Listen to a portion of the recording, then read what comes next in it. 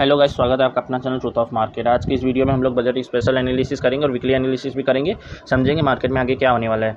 तो उससे पहले हम लोग रिजल्ट को समझ लेते हैं। रिलायंस, विप्रो और एचडीएफसी बैंक की जो दिग्गजों का जो रिजल्ट है, इससे हम लोग को पता चल रहा है कि मार्केट में वीकनेस रह सकती है और एक बड़ा गैप डाउन हो सकता है। विप्रो को अगर हम लोग देखें तो 3% पहले ही गिरा हुआ था और इसका रिजल्ट जो है इतना खराब, इसका एडीआर 11% माइनस दिखा रहा है। वैसे अगर आप देखेंगे तो इन्फोसिस का 7% या 9% अब था, एचडीएफसी का 6% ही माइनस हुआ था और जितने भी ब्लू चिप स्टॉक्स है वो सबका जो है ना 10% से अंदर ही जो है प्लस और माइनस होता था। लेकिन ये स्टॉक जो है विप्रो, ये 11% माइनस दिखा रहा है, तो काफ़ी ज़्यादा इसमें वीकनेस दिखाई दे रही है। और मैंने पहले भी बोला था कि इन्फोसिस बुलिश हो सकता है और विप्रो का रिजल्ट ख़राब आ सकता है और उसका नतीजा भी वही आता हुआ दिख रहा है। और आईटी सेक्टर और एफएमसीजी सेक्टर, ये दो ही सेक्टर से मतलब मार्केट को स्ट्रॉन्ग ये सपोर्ट मिल रहा था। और जो क्रूड का प्राइस भी काफ़ी ज़्यादा स्टेबल था, जिसके कारण मार्केट बुलिशनेस दिखा रहा है। लेकिन अब क्रूड के प्राइस धीरे धीरे बढ़ने लगे। 6300 के आसपास था, जो अब 6600 क्रॉस कर चुका है और ये नए डेरिवेटिव आ चुका है। नए डेरिवेटिव आने से 6600 दिखा रहा है प्लस, और इसमें 3.5% माइनस दिखा रहा है, मतलब ये 6900 के आसपास था, जिसके बाद इसमें एक अच्छा खासा फॉल देखने को मिला है क्रूड में। वहीं अगर हम लोग एचडीएफसी बैंक की बात करें तो इसका तो पहले से ही पता था कि एनपीए वगैरह ये सब देखने से पता चल रहा था कि हाँ, इसका रिजल्ट भी ख़राब आ सकता है। लेकिन इसका रिजल्ट्स का अगर हम लोग असर देखें तो कितना असर हो सकता है, ज़्यादा से ज़्यादा ये 2 से 3% के आसपास इसमें गैप डाउन हो सकता है। 3% भी अगर इसमें गैप डाउन होता है तो 1575 से 1550 के बीच में होगा। इसका मेन सपोर्ट रहेगा 1500 का लेवल रहेगा। यहाँ से इसमें दोबारा से बाइंग देखने को मिलेगी, लेकिन जहाँ तक मेरे को लग रहा है 1550 का लेवल ये आसानी से तोड़ नहीं सकता। यहाँ से इसमें बाउंस बैक आते हुए दिखेगा। अगर इसके नीचे खुलता है तो बात अलग है। और वहीं अगर हम लोग रिलायंस का देखें तो ये एक दिग्गज कंपनी है, यहाँ से इसमें ज़्यादा बड़ा सेलिंग की उम्मीद हम लोग को नहीं करना चाहिए। 3000 लेवल ही एक सपोर्ट का काम करेगा और यहीं से जो है ना, यहीं से स्टॉक दोबारा से बाउंस दिखा सकता है। और क्योंकि बजट नज़दीक है, मंडे के बाद ट्यूसडे 23 जुलाई को ही बजट है, तो इसमें हम लोग को ज़्यादा वोलेटाइल मूव देखने को मिलेगा। हो सकता है 3000 आए, फिर दोबारा से 3200 चल जाए, फिर दोबारा से 2750 आ जाए। 2750 से 3200 के लेवल के बीच में रिलायंस अभी घूम सकता है कुछ दिनों तक, लेकिन ये बड़ा गैप डाउन देगा। विप्रो जो है, विप्रो जिस टाइप से इसका एडीआर दिखा रहा है, तो अगर हम लोग 5% भी मान के चलें तो यहाँ पर 500 के आसपास ये स्टॉक खुल सकता है। ये इससे भी नीचे ये स्टॉक क्रैश दिखा सकता है, बड़ा गैप डाउन दिखा सकता है। और मार्केट को भी देखने से पता लग रहा है कि हाँ, इसमें बड़ा गैप डाउन दिखाएगा। फ्राइडे को ही निफ्टी में एक अच्छा खासा फॉल हम लोग को देखने को मिला था। और वहीं अगर हम लोग अब बात करें तो ये 24,200 का एक सपोर्ट लेवल है। अगर ये इसके ऊपर खुलता है तो यहाँ पर हम लोग को ये 24,200 एक सपोर्ट का काम करेगा। और अगर इसके नीचे ही गैप डाउन खुलता है तो हम लोग एक बाउंस का वेट करना होगा। 24,200 के आसपास एक रेजिस्टेंस का काम करेगा, यहाँ पर आप सेल का सोच सकते हैं। और अगर इसको क्रॉस करता है तो वेट करना पड़ेगा रिट्रेसमेंट का। अगर ये रिट्रेसमेंट करता है तो यहाँ पर आप बाय कर सकते हैं कॉल साइड में, और फिर इसमें एक सॉलिड अपसाइड हम लोग को आती हुई दिखेगी। और जो दोबारा रेजिस्टेंस रहेगा वो 24,500 रहेगा और एक छोटे रेंज में काम कर सकता है निफ्टी। फर्स्ट हाफ हो सकता है ये थोड़ा सा बुलिशनेस और बाउंस आने के कारण थोड़ा सा बुलिशनेस दिखाए, लेकिन सेकेंड हाफ तक दोबारा से इसमें बियरिशनेस आ सकती है। तो उस टाइप से आप अपने ट्रेड को प्लान करके चलें।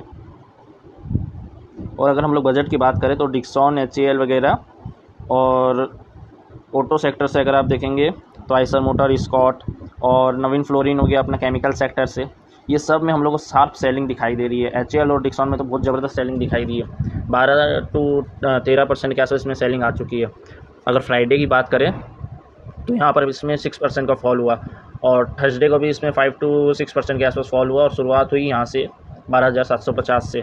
तो यहाँ से अगर हम लोग इसको देखें तो 1600 पॉइंट तक का इसमें फॉल आ चुका है, बहुत ज़बरदस्त इसमें फॉल देखने को मिल रहा है। और मंडे को भी जो है ना, इसमें हल्का सा गैप डाउन खुल सकता है, 11,000 या 11,000 के नीचे इसमें गैप डाउन खुल सकता है, लेकिन फिर ये जो है ना यहाँ से रिकवरी करता हुआ दिखाई देगा। लेकिन अगर ये फ्लैट खुलता है तो फिर इसका ये सपोर्ट का रूप में काम करेगा। 11,200 यहाँ पर एक सपोर्ट का रूप में ही काम करेगा। मैं इसका पुट भी दिया था करीब यहाँ पर 650 के आसपास, और वो जो पुट जो है 180 का पुट वहाँ पर 360 तक जाता हुआ दिखा है। और वहीं कॉन्कर में भी ज़बरदस्त सेलिंग हम लोग को आती हुई दिखी। कॉन्कर को मैंने पुट लिया है, ये देखिए यहाँ पर 16.70 के आसपास मैंने पुट लिया है। ये गया था 17.50 के आसपास, लेकिन मैं इसका होल्ड किया हूँ क्योंकि मेरे को लग रहा है ये बड़ा गैप डाउन दे सकता है। मार्केट भी बियरिशनेस है और कॉन्कर का चार्ट भी बियरिश है, तो यहाँ पर ये हो सकता है 1000, नहीं तो 1000 के नीचे 1990 या 1980 के आसपास ये 2 से 3% के आसपास इसमें फॉल हम लोग को गैप डाउन देखने को मिल सकता है। इसलिए मैं लिया हूँ। मार्केट जिस साइड ट्रेंड करे उसी साइड का BTST लेना भी सही रहता है। यहाँ पर निफ्टी तो बड़ा गैप डाउन देखते हुए दिख रहा है, और अब HDFC ये सब को देखने से भी लग रहा है कि बैंक निफ्टी जो है वो भी एक अच्छा खासा गैप डाउन दे सकता है। यहाँ पर अगर हम लोग बैंक निफ्टी को देखें तो 52,700 जो एक रेजिस्टेंस का काम कर रहा था, वहीं से मार्केट जो है दोबारा से वहीं से इसमें सेलिंग आती हुई दिखी और उस लेवल को ये क्रॉस कर नहीं पाया। अगर ये उस लेवल को क्रॉस कर देता तब इसमें बुलिशनेस आ सकती, लेकिन क्योंकि इस लेवल को क्रॉस नहीं किया इसलिए इसमें बेयरिशनेस अभी हम लोग को हावी होती हुई दिख रही है। और ये जो लो है 51,700 का, ये लो काटता हुआ हम लोग को मंडे को दिख सकता है। हो सकता है 400-500 पॉइंट डाउन खुले। और इसका जो सपोर्ट जो है मैं पहले भी बता चुका, ये महीने का सपोर्ट रहेगा 51,100, ये इस मंथली सपोर्ट का रूप में काम करेगा। और जो रेजिस्टेंस रहेगा 53,500, ये एक रेजिस्टेंस के रूप में काम करेगा। जब तक ये दो लेवल टिके हुए तब तक ये इसी रेंज के बीच में मार्केट घूमेगा। अगर मंडे की बात करें तो यहाँ पर गैप डाउन होके ये इस लो को काट सकता है। बैंक निफ्टी ज़्यादा बियरिश है निफ्टी के मुकाबले, और बैंक निफ्टी को संभालने के लिए सिर्फ PSU स्टॉक से SBI ही एक अच्छा काम कर रहा है। अगर SBI ने संभाल लिया तो बैंक निफ्टी में ज़्यादा बड़ा फॉल नहीं देखने को मिलेगा। नहीं तो मंडे को जो है सेकंड हाफ में इसमें 1100 से 1500 तक का पॉइंट का इसमें फॉल हम लोग को देखने को मिल सकता है। और वही मैं आपको बताया था कि इसका जो सब रेजिस्टेंस रहेगा मंथली टाइम फ्रेम में वो 24,750 रहेगा, और ये इसको क्रॉस करता है तो 24,850 के ऊपर ही आप एक कॉल के बारे में सोच सकते हैं। जब ये इसके ऊपर सस्टेंस करेगा तभी आप एक कॉल ले सकते हैं। लेकिन ये इधर 8 पॉइंट ऊपर तो खुला, लेकिन ज़्यादा देर तक सस्टेन नहीं कर पाया, उसके बाद इसमें फॉल आता हुआ देखा। अगर आप ओपनिंग में देखेंगे तो वैसे इसमें 8 पॉइंट अप ही खुला, लेकिन वहाँ से एक साफ सेलिंग आती हुई दिखी जो लगातार इसमें आती गई। अगर ये थोड़ी देर भी 1 मिनट भी अगर ये सस्टेन कर जाता तो हम लोग इधर कॉल का सोच सकते हैं। लेकिन क्योंकि यहाँ पर कॉल का पुट ज़्यादा देर चला इसलिए हम लोग कॉल यहाँ पर लिए नहीं और पुट साइड में बैठे, जिधर एक अच्छा खासा प्रॉफिट हम लोग को आता हुआ दिखा है। और वहीं इसका मंथली टाइम फ्रेम में जो सपोर्ट है, इसका अगर आप सपोर्ट की बात करेंगे तो यहाँ पर जो है 23,700 ही एक सपोर्ट के रूप में काम करेगा। उसके बाद डायरेक्ट इसमें जो है 22,500 का लेवल हम लोग आता हुआ दिखाई देगा। ये लेवल सबसे स्ट्रॉन्ग लेवल का सपोर्ट रहेगा। और जो नॉर्मल सपोर्ट रहेगा जिसको निफ्टी अभी नहीं तोड़ सकता वो 24,200, उसके बाद 23,700। निफ्टी में ज़्यादा बियरिशनेस नहीं है, तो आप भी अपना ट्रेड जो है उसी टाइप से प्लान करें। अगर ये फ्लैट होता है तो यहाँ पर इधर सेलिंग आ सकती है क्योंकि डाउ जोन्स भी डाउन है। और अगर ये गैप अप देता है किसी भी हालत में तो वहाँ से इधर दोबारा से एक शार्प सेलिंग आती हुई दिखाई देगी। अगर ये गैप डाउन होता है 100-150 पॉइंट, वैसे चांसेस यही है कम से कम 150 पॉइंट इसमें गैप डाउन होना चाहिए। तो यहाँ से इधर से दोबारा से हल्का सा डाउन जाके इसमें बाउंस आता हुआ हम लोग को दिखेगा और ये बाउंस धीरे धीरे ऊपर जाएगा। और फिर आप टॉप के लेवल से 11:30-12 बजे के बाद आप पुट साइड में बैठना चाहे तो बैठ सकते हैं। लेकिन इतना ध्यान रखिए 2 डेज़ लगातार जो सेलिंग दिखाई जाएगी, फ्राइडे और मंडे को जो सेलिंग दिखाई जाएगी, ये सिर्फ और सिर्फ ये रिटेलर्स को फंसाने के लिए दिखाई जाएगी क्योंकि बजट सामने है। और बजट जो है ना, बजट अच्छा हो सकता है। सरकार के पास अभी इतनी बहुमत नहीं है कि वो कोई बड़ा बिल ला के पब्लिक को परेशान कर सके और वो एक बड़ा खतरा अपने वोटिंग परसेंटेज पे ला सके। वो इतना बड़ा रिस्क नहीं ले सकती, इसलिए अधिकतर एनालिसिस का यही मानना है कि ये गुड बजट होगा। मतलब इसमें कोई खास ऐसा कोई बड़ा अनाउंसमेंट नहीं होगा, सबके लिए ये बजट सही होगा। ये गुड बजट हो सकता है। यहाँ पर अगर ये बजट अच्छा होता है तो मार्केट में दोबारा से अपसाइड हम लोग को देखने को मिलेगी और शार्प अपसाइड हम लोग को बजट वाले दिन आती हुई दिखेगी। क्योंकि ये इवेंट में जो है ना, अधिकतर रिटेलर्स को पुट साइड में बैठाया जा रहा है। उन लोगों को मानना है कि सीतारमन जी जो है ना ख़राब रिजल्ट लाएगी, ख़राब बजट लाएगी, जिससे मार्केट में फॉल आ सकता है। उन लोगों का वही बायस बनाया जा रहा है और अधिकतर यूट्यूबर्स भी वही बोल रहे हैं कि हाँ इसमें ख़राब रिजल्ट आएगा, ख़राब बजट आएगा, ऐसे होगा वैसे होगा। रिजल्ट भी ख़राब आ रहा है अधिकतर स्टॉक का, तो बजट भी ख़राब आएगा। लेकिन अगर आप मेन स्टॉक जो देखेंगे, सेमीकंडक्टर का डिक्सॉन हो गया, डिफेंस का HCL हो गया और नवीन फ्लोरिन केमिकल्स का हो गया, तो ये जो स्टॉक्स है ये सब बहुत मेन है। फर्टिलाइजर स्टॉक्स ये सब बहुत मेन है जिस पर सरकार का मेन फोकस रहेगा। सरकार गवर्नमेंट ने पहले ही कहा था कि पिछला दशक जो है, मतलब पिछले 10 ईयर्स जो इनके गवर्नमेंटशिप करी है उसमें मोबाइल इंडस्ट्री पे ध्यान दिया गया था। और ये जो दशक जो रहेगा 2024 से 2034 तक, इसमें सेमीकंडक्टर पर ज़्यादा ध्यान दिया जाएगा, सेमीकंडक्टर पर ज़्यादा खर्च किया जाएगा और इसकी इंडस्ट्री ज़्यादा से ज़्यादा बढ़ाई जाएगी जिससे जॉब क्रिएट हो। तो ये बात बोलने के बाद जो है एक ज़बरदस्त हम लोग अपसाइड जितनी भी सेमीकंडक्टर की कंपनी सब में आती हुई दिखी थी और डिक्सॉन भी ज़बरदस्त हाई बनाया था। उसके बाद इसमें अब जाके सेलिंग दिखाई दे रही है।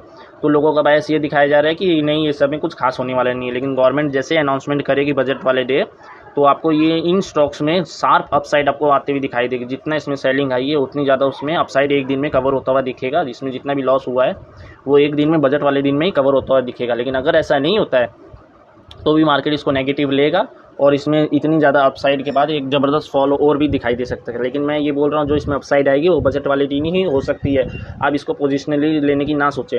मार्केट में मैं और एक चीज़ बता देता हूँ। अब इसको मार्केट को वीकली एनालिसिस करते हैं। वीकली एनालिसिस की बात करें तो हो सकता है बजट वाले दिन इधर रिकवरी आए, और मंडे को जो है ना इधर एक डोजी कैंडल, नहीं तो एक थोड़ा सा बियरिश कैंडल इसमें बना सकता है, और जो ट्यूसडे को जो बजट वाले दिन का जो कैंडल रहेगा वो यहाँ से रिकवरी दिखा सकता है 24,200 से। लेकिन अगर ये 24,850 को क्रॉस नहीं करता है और उसके नीचे रहता है तो यहाँ से मार्केट में एक डाउन ट्रेंड शुरू होने के चांसेस है। और अगर डाउन ट्रेंड शुरू होता है तो ये जो लो है ये लो कटते हुए दिखेंगे, 21,300 के लो कटते हुए दिखेंगे। और एक दिन में ये लो नहीं कटते हैं, ये लो को कटने के लिए जो है ना 3-4 महीने, 5-6 महीने के आसपास इसको लगेंगे। 4 महीने मेरे हिसाब से 4 मंथ के आसपास में ये लो कटते हुए हम लोग को दिख सकते हैं 21,200 के। धीरे धीरे मार्केट नीचे आएगा जिग जैग की टाइप में, एक बार में नीचे नहीं आता। अपसाइड भले इसमें एक साथ आई है लेकिन डाउन जो है ना ये धीरे धीरे आएगा। ऐसे आएगा 24,000 से बाउंस लेगा, फिर नीचे आएगा 23,500 से बाउंस लेगा, फिर नीचे आएगा 23,000 से बाउंस लेगा। अगर आप अपने स्टॉक्स देखेंगे, पोर्टफोलियो देखेंगे तो वो आपको रेड में दिखाई दे रहे होंगे। मार्केट में तो सेलिंग अब शुरू हुई है, लेकिन जितने भी स्टॉक्स है सब में सेलिंग बहुत पहले से शुरू हो चुकी थी, जिसके कारण आपका जो पोर्टफोलियो है उसमें रेडनेस होगा। लेकिन मेरे पोर्टफोलियो में ऐसा नहीं है। क्यों? क्योंकि मैं अधिकतर स्टॉक में प्रॉफिट बुक कर लेता हूँ और मैंने इस लेवल पे बाय किए हैं जिससे मेरे को रेडनेस ज़्यादा दिखाई नहीं दे। और 400 रुपीज़ तो मेरा प्लस इसमें दिखाई देगा ही देगा। मैंने हमारा जब बैटरी लिया था उसमें मैंने प्रॉफिट बुक कर लिया, जितने भी स्टॉक्स है अधिकतर मैंने प्रॉफिट बुक कर चुका है टॉप में। अब मैं उसको दोबारा से डाउन में बाय करूँगा। इन्फोसिस, बर्जर पॉइंट, ये सब को मैंने डाउन में बाय किया था, इसमें इसके कारण मेरा इसमें प्रॉफिट अच्छा दिखाई दे रहा है और इसी के कारण मेरा पोर्टफोलियो भी 10% अप है। मेरा इसमें 12 to 13,000 का मैंने दोबारा से री इन्वेस्टमेंट किया था, लेकिन अब मेरे को 7,000 का ही मेरा इन्वेस्टमेंट रह गया है और उसमें 700 रुपीज़ प्लस इसमें दिखा रहा है। इन्फोसिस और सेरा के कारण ही मेरा प्रॉफिट हो रहा है। सेरा में भी मैंने काफ़ी ज़्यादा प्रॉफिट बुक कर चुका हूँ। वहीं अगर हम लोग बैंक निफ्टी को देखें तो इसमें तो हम लोगों को वीकनेस दिखाई दे ही रही है। अगर आप लोग देखेंगे तो 46,000 से ये यहाँ से रिकवर करते हुए 53,000 के लेवल को टच कर चुका है। तो ऑलमोस्ट यहाँ से आपको 7,000 तक की अपसाइड आप लोगों को दिखाई दी है।